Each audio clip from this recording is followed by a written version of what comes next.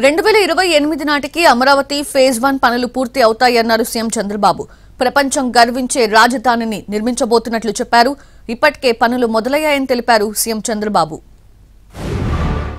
అమరావతి పనులన్నీ ముమ్మరంగా జరుగుతున్నాయి. మన పిల్లలకు ఉపాధి కల్పించాలంటే మీరు ఇక్కడ చేసే ఉద్యోగాలే కాకుండా అక్కడ ఉద్యోగాలు కల్పించే దిశగా ముందుకు పోతాం. ఆ ప్రాంతాన్ని మీరు గుర్తుపెట్టుకోవాల్సింది 2028కి ఫేజ్ 1 పనులు పూర్తవుతాయి.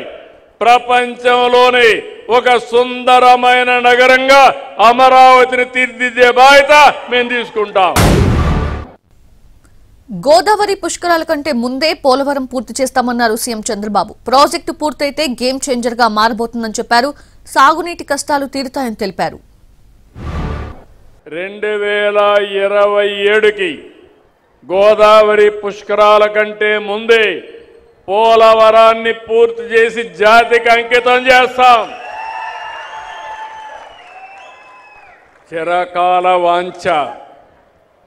ఒక కాటన్ గారు ధవళేశ్వరం బ్యారేజ్ కడితే ఇప్పుడు కూడా విగ్రహాలు పెట్టి పూజిస్తున్నాం.